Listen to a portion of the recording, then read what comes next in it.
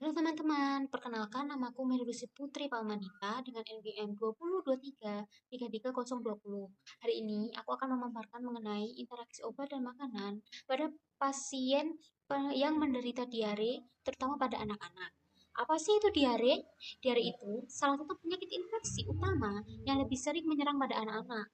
Penyakit ini disebabkan oleh makanan dan minuman yang terkontaminasi akibat kebersihan yang kurang memadai. Diare merupakan suatu keadaan pengeluaran tinja yang tidak normal atau tidak seperti biasanya, ditandai dengan volume kecemasan serta frekuensi lebih dari 3 kali dalam sehari, atau dengan keluarnya tinja tanpa lendir darah. Kategori umur yang paling rawan terkena diare itu adalah kelompok anak.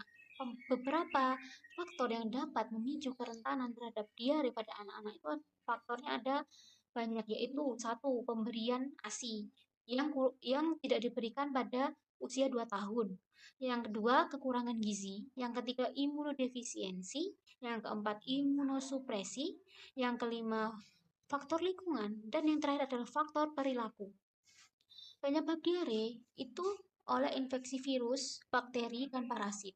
Selain itu, juga faktor yang mempengaruhi timbulnya diare itu yaitu pada makanan, keadaan gizi, keadaan lingkungan yang ada di sekitarnya.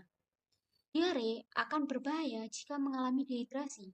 Faktor risiko penyakit diare itu berhubungan dengan sanitasi yang tidak memadai dan pola higien yang buruk.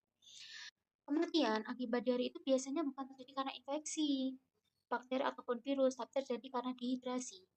Pada diare yang hebat, anak akan mengalami buang air besar dalam bentuk cair beberapa kali dalam sehari, dan biasanya sering disertai dengan kematian ataupun gejala lainnya yaitu muntah, panas, bahkan kejang. Tubuh itu akan kehilangan banyak air dan garam, sehingga dapat mengakibatkan dehidrasi, asidosis, hipoglikemia yang tidak jarang akan berakhir dengan shock dan kematian. Pengobatan diare itu bisa melalui dengan pemberian oralit, pemberian obat zinc, pemberian ASI atau air susu ibu, pemberian antibiotik. Apa sih itu antibiotik? Antibiotik itu sebenarnya tidak boleh digunakan secara rutin, tapi pada penyakit diare, infeksi yang disebabkan oleh bakteri dan parasit, itu obat yang paling sering digunakan adalah antibiotik. Antibiotik itu merupakan obat yang paling banyak diresepkan di dunia. Antibiotik itu adalah agen yang digunakan untuk mencegah dan mengobati suatu infeksi karena bakteri.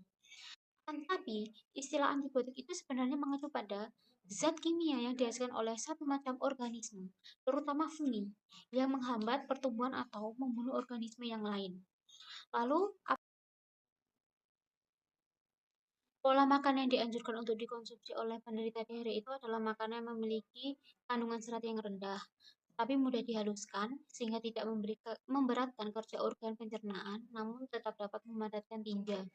Makanan rendah serat adalah makanan yang terdiri dari bahan rendah serat dan hanya sedikit meninggalkan sisa atau ampas yang tidak diserap oleh usus, sehingga tidak merangsang saluran cerna. Salah satu metode diet makanan rendah serat yang dianjurkan untuk menangani diare itu adalah diet BART. Apa sih itu diet BART? Diet BART itu merupakan akronim dari banana, rice, apple sauce, dan toast.